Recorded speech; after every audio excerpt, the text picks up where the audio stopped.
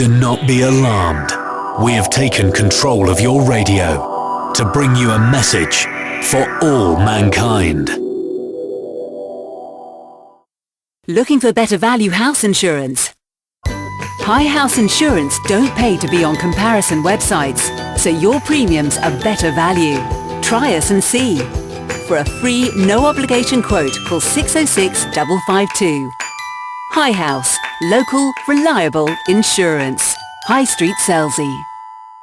Hello and welcome once again to Selsey Internet Radio. My name's Keith Barnes, and in this week's programme we have Jean Pratt, who's going to be telling us what's going on in and around the village for the coming week. We have an interview with the guys that drive and run the Selsey Community Shuttle bus. We also have a visit to Keithy's kitchen, where I'll be giving you a couple of more recipes. One for a very nice blueberry crunch cake, sugar-free, so have a listen to that one. And we also have Tony Weiner talking to Gill Jennings from the Town Council. But firstly we go across to Jean Pratt, and Jean's been wandering around the village finding out what's going on so she can let everybody know where they should be. Over to you, Jean. Hello, Keith, and hello, everyone. I hope I found where everybody should be. But anyway, Monday the 16th of February, the Selsey and District Carers Support Group are having their coffee morning at their Information and Support Centre for Carers at 109 High Street, Selsey from 10:30. Everyone is welcome. Also on Monday, the social club run by the Platinum Home Care Team are at Selsey Centre from 2 to 4:30. Staffed by qualified care assistants to help those who might need it, you will be able to enjoy perhaps a game of bingo or do a puzzle or even craft activities. Coffee, tea and cake or biscuits are provided. If you want our information, telephone 605675. In the evening, Selsey Camera Club are meeting at St Wilfrid's Church Hall, 7 for 7:30. This evening, it's a digital photographic images competition. Judge is Mike Constable. Tuesday, the 17th of February, St Peter's Fellowship meet at St Peter's Church Hall, 2:15 till 4. Mr Williams is talking about the Shipwrecks Mariners Society. Cost for non-members is £1.50, and this includes refreshments. So if you'd like to find out a little bit more about it, come along to the meeting or phone Veronica Holloway 607 356 or Elizabeth Ball 681 443. Also, again on Tuesday the 17th of February, the Voluntary Hearing Aid Unit are at the Medical Centre from 2 till 4. Wednesday the 18th of February, the Crafty Natter Club meeting at Selsey Methodist Church in the large hall from 2 till 4. They have demonstrations of all type of crafts, from embroidery to flower arranging, card making to quilting, bread making to crochet. You can bring along any project that you're working on, have a cup of tea or coffee while you work. And there is a small charge of just £1. Transport by the Venture Plus for members. For more information, contact Lisa Allison 601 032. Now on Wednesday the 18th of February, have you heard about Men in Sheds? Well, Selsey now has its own group called the Woodcarvers. It's a place where men can socialise and get to know each other in a shed. They meet every Wednesday in the Scout Hut in School Lane from 10 till 4. Everyone is welcome, though I do not expect that means women, although I would like to be a fly on the wall though. Wednesday again on the 18th of February, come along to Medmerry School in School Lane and learn to play carpet bowls. They meet on Wednesdays and Thursday evenings at 7 and Sundays at 9:30 and again at 3 p.m. Non-members welcome. For more information, call Sylvia Cox 681663. There's something new happening on Wednesday the 18th of February. It's called the Selsey Folk Club. They will be in St Wilfrid's Church Hall in Church Road at 7:30 p.m. You can join in and sing or play or just listen. Refreshments will be available. It sounds like it will be a very enjoyable evening. Why not go along and find out more about it? Or could you phone Julian on 607260 or 074-77215 32711. Wednesday the 18th of February, Selsey Town Hall have a planning and assets and amenities meeting in the parish hall starting at 7:30. It's your chance to find out more about what is happening in Selsey. They look forward to seeing you. Thursday, 19th of February, Link, Ladies in Contact, meet at St Peter's Church Hall, 7:15 for a 7:30 start.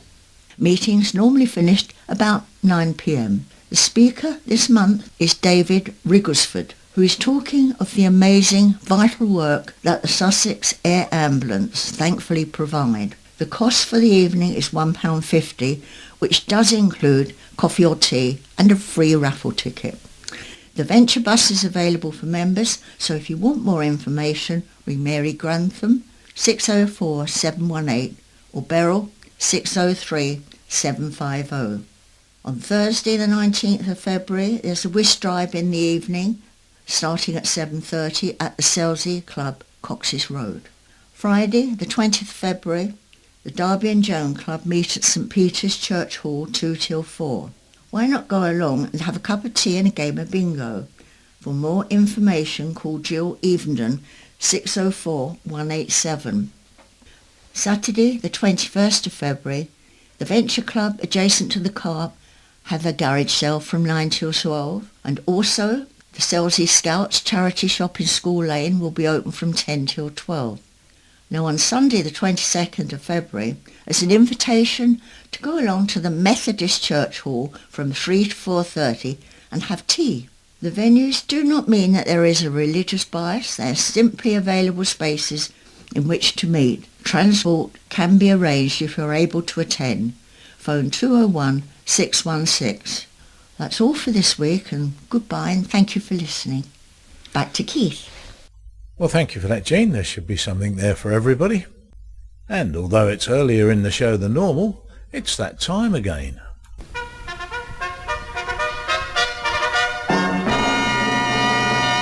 Welcome once again to Keithy's Kitchen. Right, our recipe for today is speedy Spanish omelette. Now this will serve 4 people, and the ingredients you require are 1 medium onion, sliced, 100 grams of potatoes peeled and diced, or even cubed new potatoes will do, 2 red or red and green peppers, seeded and diced, 50 grams of frozen peas, 100 grams of chorizo sausage diced, 4 tablespoons of olive oil, 5 large eggs, 75 grams of cheddar cheese grated, and salt and freshly ground black pepper. And this is what you do with it. Heat 2 tablespoons of the oil in a medium non-stick frying pan, and when it's smoking hot, add the potatoes and onions. Toss them around in the oil to get a good coating, then turn the heat right down, cover with a lid, and cook gently for 15 minutes. Now check them occasionally, give them a stir to stop them browning. Add the peppers, courgettes, peas and chorizo and mix well, then cover and cook for another 5 to 8 minutes, or until the veggies are beginning to soften. Meanwhile, whisk the eggs lightly and season with salt and freshly ground black pepper. Tip the cooked vegetables into the eggs and mix well. Put the frying pan back on the heat, add the remaining 2 tablespoons of oil and heat until medium hot. Pour the whole lot into the pan. Cook for 1 minute, then turn the heat right down to low and cook for about 20 minutes uncovered. Once almost cooked through and set, heat the grill. Throw the cheese on top of the omelette and stick under the grill for 5 minutes until golden brown and bubbling. This is great served in thick wedges with a chunky tomato and onion salad, and even better, take on a picnic, wrapped in greaseproof and eaten with quartered tomatoes. I should leave the picnic till a little bit later in the year. But there we go, speedy Spanish omelette. Now, because that was such a quick and easy recipe, I'm going to give you another one to follow up with for a sugar-free blueberry crunch cake. Sounds gorgeous, doesn't it?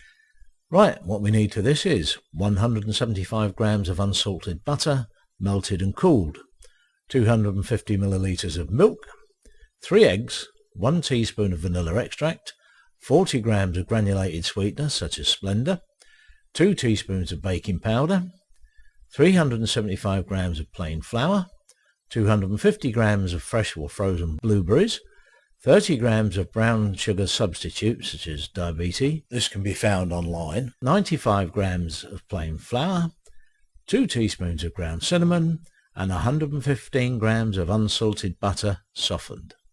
And this is what we do. We preheat the oven to 180 degrees centigrade or gas mark 4, grease some flour a 23 by 33 centimetre or similar size baking tin. In a large bowl, stir together the melted butter, milk, eggs, vanilla and the sugar substitute. Combine 375 grams of flour and baking powder. Stir into the wet ingredients until just blended. Fold in the blueberries and spread evenly in the prepared tin. In a small bowl, stir together the brown sugar substitute, 95 grams of flour and the cinnamon. Stir in the softened butter with a fork until the mixture is crumbly and sprinkle over the top of the cake. Bake for 35 to 40 minutes in the preheated oven until a cocktail stick inserted into the centre of the cake comes out clean. This cake is best served warm. It won't last long in our house. Right, now, preparation time for this recipe is about 15 minutes, 40 minutes to cook it, so it's ready in 55 minutes and all gone by the hour. Well, that's it for this week, folks. Bye now. Right, my next guest in the studio today is a guy called Bob McEnroe. Now, Bob works with, drives, I believe, he will tell me in a minute, the Selsey Shuttle, the community bus. Morning, Bob. Good morning. I was right in saying that you drive the bus. I'm a volunteer driver. Volunteer yes, driver, one of 5. okay. I have to say, it doesn't sound much like a Sussex accent. Have you been down here long? Because people are going to want to know. I'm the pride and joy of Illinois, but I'm an inverted pilgrim, you might say. Okay. I've been over here for over 30 years, so I'm almost English. And I wasn't worried about that, but have you lived in Selsey all that time? All in Selsey, yeah. Have you really? Oh, that's certainly a lot longer than I have. So that's why you can drive the bus and you know your way around, and I wouldn't be able to because I still get lost even now. So tell us, how long has the shuttle bus been running? Well, they started in 1996, so it's going to be coming on 20 years in 2016. And basically it was a setup from, I believe it was St. Peter's Church. Okay. And they had many of their parishioners were complaining about the fact that they're off the chosen bus routes. So some clever people thought, why don't we make a little shuttle bus to take people in shopping, and especially for people who are carless and maybe have a little difficulty in doing a lot of walking. So that was the initial concept of it. And who was responsible for starting it up? One of the that's one of the reasons why I hope there's somebody else here to answer all the history. I know Jean Pratt. I'd like to mention her name. Jean and Ted Pratt were one of the founders. We have a guy called Lou Forrester, who was, I think, one of the first original drivers. And it's been going on for almost 20 years. Ah, you see, now you learn something every day, because Jean Pratt will be doing a part of this podcast when she does our What's On. Mm-hmm. And she's kept that very quiet, so we'll be talking to young Jean. Well, I guess she's a pretty good driver. I don't know why. I think she probably was, because I know she drives a camper van, so she's not frightened of bigger vehicles, that's for sure. Now, how does it operate? Is it funded? Is it run on contributions? Is there a set charge? It's semi-funded, so to speak. We do get a few grants from the West Sussex County Council and even the East Sussex County Council. I don't know if I should make that known. But it works anyway. Well, as long as it works. And it's a community bus, which I should probably stress.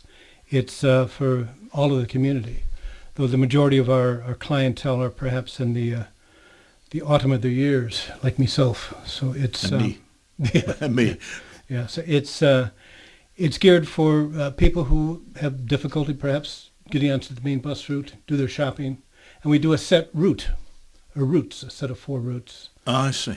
And that means we can pick them up in the morning, drop them off at the Budgeons, the Co-op, that type of thing, and then drop them back. Is it later. a sort of circular route? You start That's at one right. point and come back to end up back at that point? Exactly. We do there's 4 routes. We do them twice a day, and all in the time frame of say from 9 to 12. So.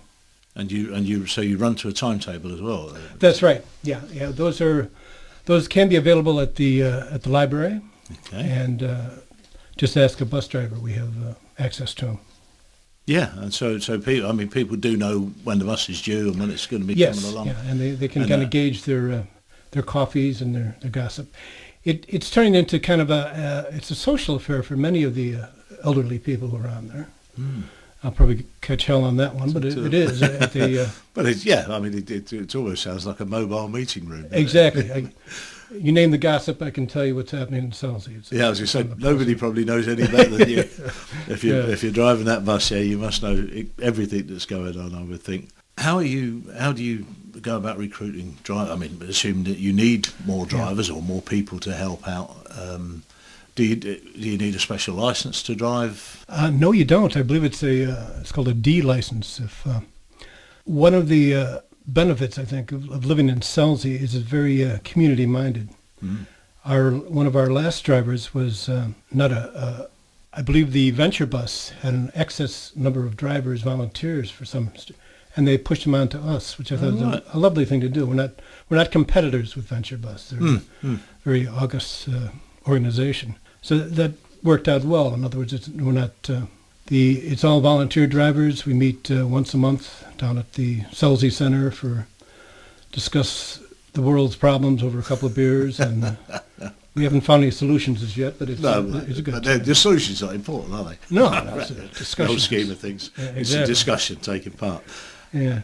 Are you in a position at the moment where you need more volunteers, or we could use another driver at least, and it's on a volunteer basis, of course.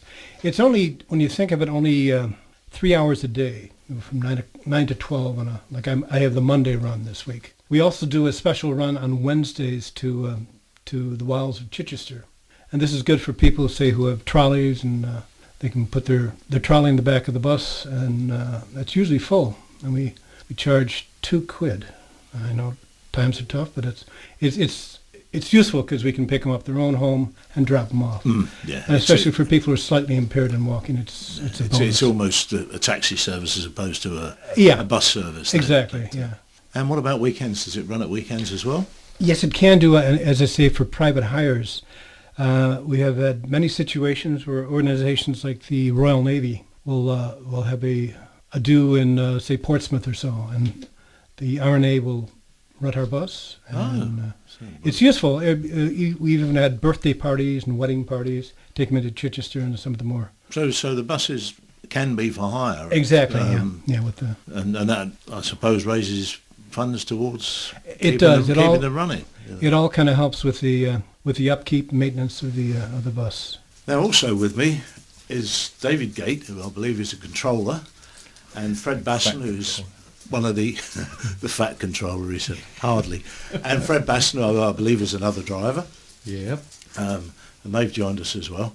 They've been very busy this morning. So, David, I believe that that you do other things other than supply the community bus service. We do. I mean, we touched on the private hire, if you like, and I'd like to stress that because, as usual, I knew nothing about it. I didn't know, and I imagine a lot of people don't know that you can hire that bus. Yeah. And I see things on Facebook, people saying, any idea where I can hire a 10-seater, 12-seater bus? And they're right on the doorstep. It goes to some interesting places on private hires. Yeah. And Jimmy Bob's gone all the way to Birmingham with the classic car shows. Well, I wish I'd have known, because I'd have been on board that one, I promise. Advertising has always been one of our big bugbears. It's written all over the bus. It's available for hire. Ring this number, ring that number. We're getting short now of passengers as well, especially over this winter. A lot of people have, dare I say it, become infirm and things like that, can't get out of their houses, which is precisely what we're here for. I would have thought, with the service that you're providing, that people know when the bus is coming along. They know when it's due. You perhaps don't have the scheduling problems that the larger bus companies have. You may not agree with that, David, of course, but so they know when the bus is going to be there, and they can be out of the house. They don't have to stand about in the cold too long. No, because you're running to a schedule. But the big bus has got a good service now, so that's obviously you've got to compete with that. Yes, so more for the outlying places. Yeah, there is that, of course. There's a benefit, yeah. But if people have got to walk a long way to one of your stops, and of course, where are your stops? Because I don't know where they are. Anywhere. So you stop. Yeah. Just put your arm out. Yeah. Oh right. And we'll So stop, yeah. so people can walk out of their house on your route. We know the regulars, and we Put their hand tend to. up. That's right. We tend to draw up and by their front door, so it's easy. But you certainly can just put your arm up, or and we see people and just stop.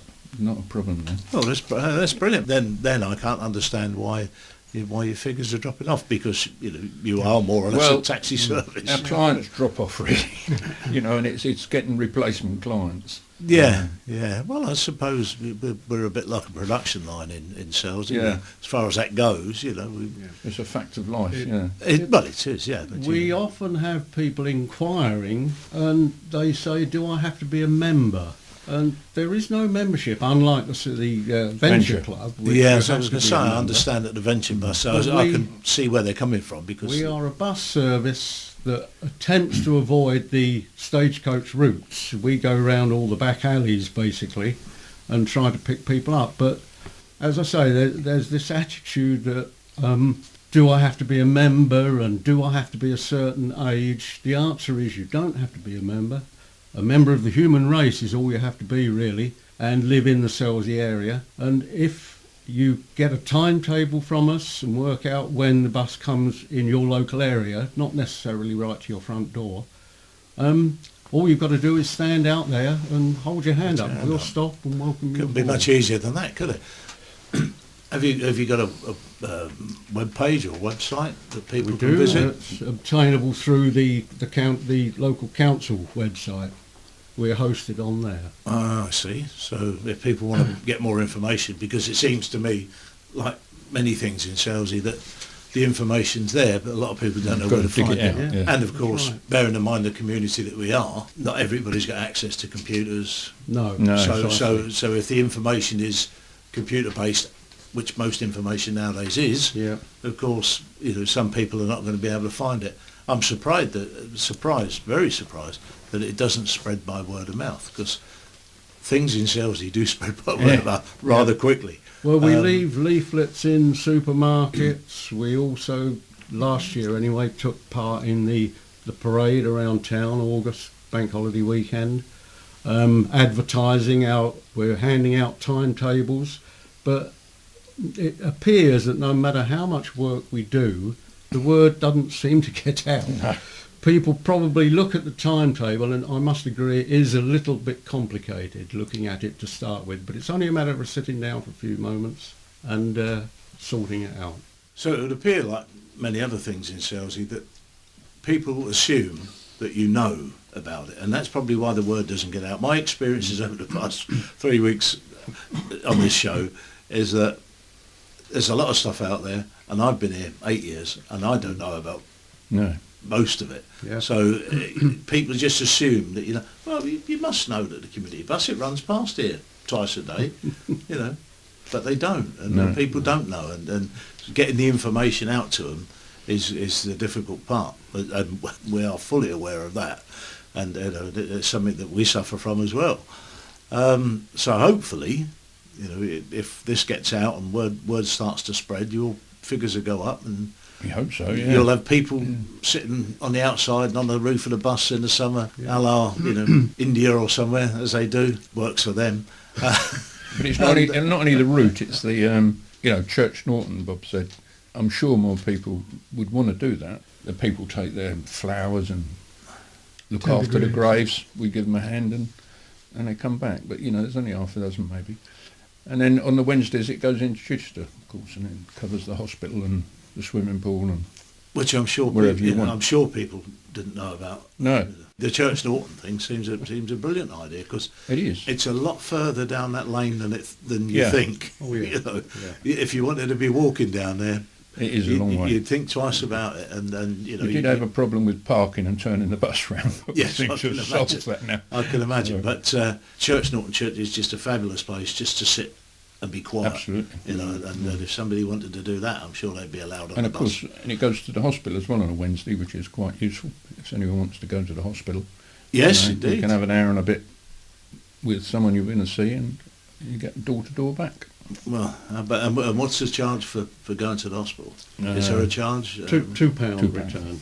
£2 return. for old age pension. considering the minimum charge for parking's £2.60 for excess of 2 hours now, it's it's a no-brainer really. Well, I think we've covered just about all the questions I had. Unless you chaps have got anything else that you'd like to. No, it's just a case of use it or lose it, I think. Of course, people would miss it when it wasn't there. Yeah. Certainly the regulars that we do have saying on a very regular basis that I don't know what I'd do without this bus. Yeah.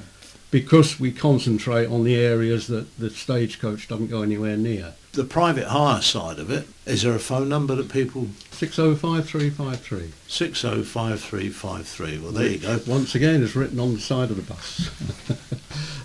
Hopefully you'll get loads of people want to hire it at the weekends. And we'd love to see them all. Well, exactly, because, that sort of thing... New friends. Can keep the service alive. One very worrying aspect of the declining passenger numbers right now, not in so much as the fact that they are declining, it's the fact that the driver looks over his shoulder, there's no passengers, and he's going to become disenchanted then, and he's going to end up saying, well, it's not worth doing. Yeah. And if we lose our drivers, we obviously lose the service. Absolutely, yeah. Because the drivers only get on there so they listen to the gossip. We all know that. Yeah, you must know almost before things happen what's going to happen in Selsey. Anyway, gentlemen, thank you very much for coming in and explaining this to us, and hopefully we'll see your figures go up and your private hire go through the roof. Brand new bus. Brand new buses. You'll be tearing your hair out, David, thinking, how can I get all these buses sorted out? Yeah, thanks very much. Bye-bye now. Take care. Now, we just ran out of time on this interview before I could mention the one huge thing that the guys wanted to say, and that was a massive thank you to the co-op for their extremely generous donation to the community shuttle bus, which means so much to those guys that are running it and makes it possible for it to remain going for some time in the future. So a great big thank you from the community of Selsey to the co-op. Thank you. And in our final article today, Tony Weiner talks to Gill Jennings from the Town Council. Tony. Hello, this is Tony Weiner for Selsey Internet Radio, and I'm at the Town Council with Gill Jennings, who is the Town Clerk, which is effectively the CEO for the Council. She's going to be talking to us about the elections coming up on the 7th of May. In fact, 7th of May is going to be a very busy time. We've got the Parliamentary, District and Town Council elections. So, Gill, morning. Yes, it is going to be a busy time.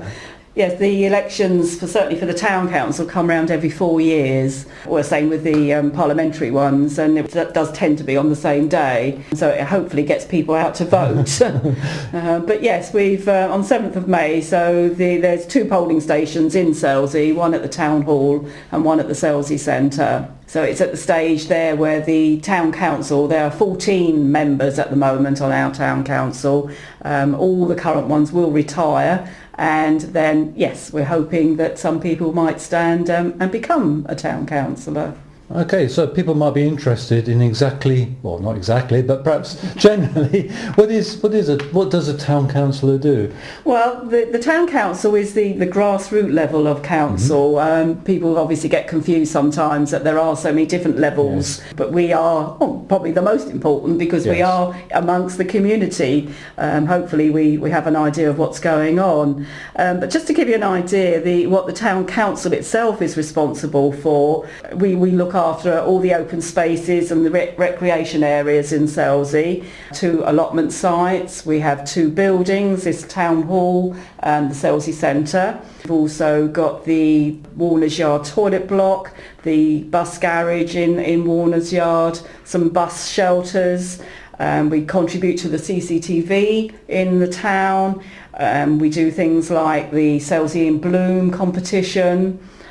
We give out grants to the locality. You can see the diversity of everything we cover. Yes. The town hall itself is a reception area for the district council, the county council and the town council.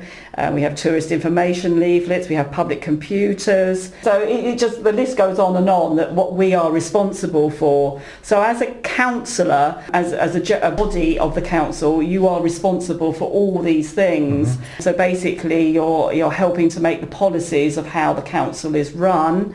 We're consultees to various documents that come out from the district council or the county council. We're also a planning consultee, so basically every planning application that's submitted in Selsey comes to our planning committee, and we have to look at it, and on the basis of on planning grounds it'd be easy to say, oh no, we don't want that sort of development here, or we do want this, but actually we have to look at it on strict planning grounds.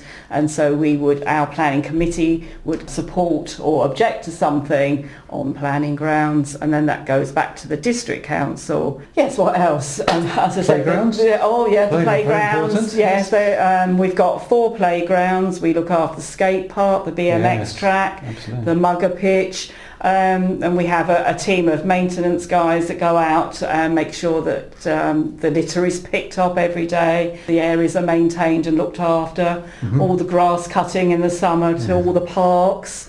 And basically sort of helping to keep the town a tidy and safe place. Indeed.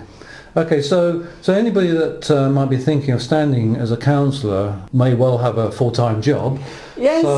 So can they do both? Can they be a councillor and have a full-time job? I've heard it say that if you want to be a town councillor, you can give as little or as much time as you like. Obviously, if you're going to be a town councillor, you've got to give some commitment, because we're hoping that you're going to have some contribute towards what's going on. So all our council meetings are in the evening. We tend to meet on a Wednesday evening, which allows people that have got a full-time day job to attend those meetings. And at the moment, some of the councillors have got full-time jobs. Some have got their own businesses. Some are retired. It's quite a mixture at the moment, and that's what we need. Indeed, yeah. So experience from all quarters, I suppose. That's right. Yes. So I suppose you might say then, if they're committing to this, do they get paid? Unfortunately, no.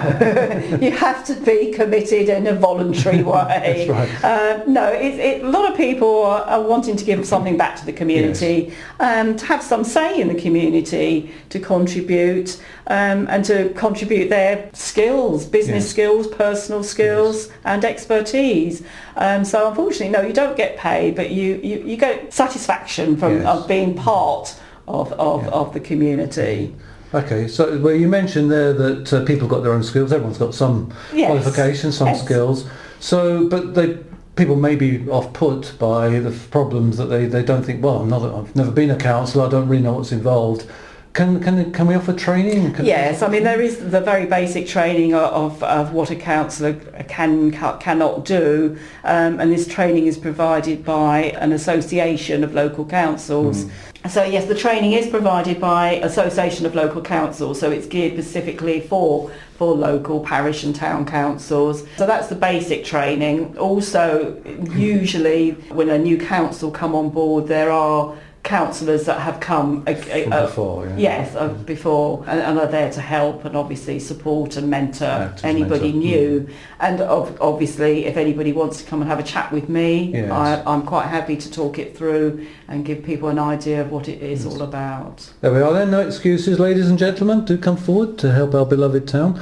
Now then, on the current council, we only have, I think, two lady councillors. Yes, there's no specific reason for this. I mean, we always want a mixture of people. Certainly councils in the past, we've had a fair more proportion of ladies, but for some reason at the moment we have only got two. But yes, if there's any ladies out there, please come forward. And also with as far as age is concerned, the only restrictions as far as becoming a councillor is you have to be over 18. Any age is welcome over the age of 18. And again, in the past we've had some very young people, and I mean, we've got a fair mixture at the moment again. Right. Yeah, I mean, I think most people would want a good gender balance. Yes, definitely. So to get skills from both males and females. That's right. And also we've got, I don't know, residents all the way from 0 up into the hundreds. So we do need a good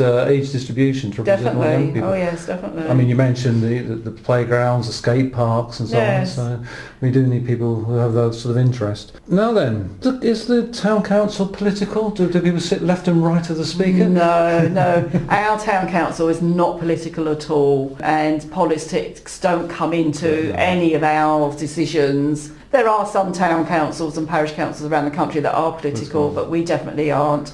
And at this level, I think we don't need that because we're all concerned and interested in our community. Exactly. Okay, so candidates don't really need to be affiliated to any political party. Definitely not. Just steam ahead. In fact, all the 14 sitting around the table, I would have no idea which political party they were interested in. Good. So anybody's interested, and hopefully there are a lot, particularly ladies and the young people, and probably old people as well. So what's the process for coming to election? Yes, what happens is the Chichester District Council are the electoral services, and the returning officer is works at District Council. Now, in March, they will be putting out a notice of election, which will go on all the notice boards around the town, inviting people to have some nomination papers. Now, District Council understand that because of the extremities of their district, allow local people to have the nomination papers, and I had to sign a form to say I was happy to have them, so they will be available from here at the town council. I'm not sure exactly what date, but obviously come March we will have them, and what you have to do is have a proposer and seconder to fill in, but once those forms are completed, they do have to be hand delivered to East Pallant House. I cannot collect them here, and if there's any questions about it, I again cannot answer those questions. They have to be taken to District Council. But yes, once the forms are here, and as a town council, we are going to be having an open evening on Wednesday the 18th of March at 7 o'clock in the town hall, where anybody that might be interested and is listening to this and think, oh yes, it's something I might wish to do, come along. There'll be a short presentation by the existing chairman, and existing members will be there, and come and have a chat with them just to find out what it does entail. So it's just an informal meeting just to find out what's going on. Just to find out what sort of things we're dealing with at the moment, and what might come up on the agenda in later time. Okay. Well, it's a very interesting discussion. Yes. Hopefully we'll get some more interest. Well, hopefully I haven't put anybody off anyway. Well, there's always that danger on these sort of things. So from me, Tony Weiner, thank you very much, Jill, and until the next time, hand us back to the studio. Bye. And that's about it for this week. I'd like to say a great big thank you to Jean Pratt, to the guys from the community shuttle bus, to Tony Weiner and Gill Jennings, to Dennis Cowan, our studio sound engineer, to John Fletcher, our editor and production planner, and from me, Keith Barnes, this is goodbye and see you next time. Bye now.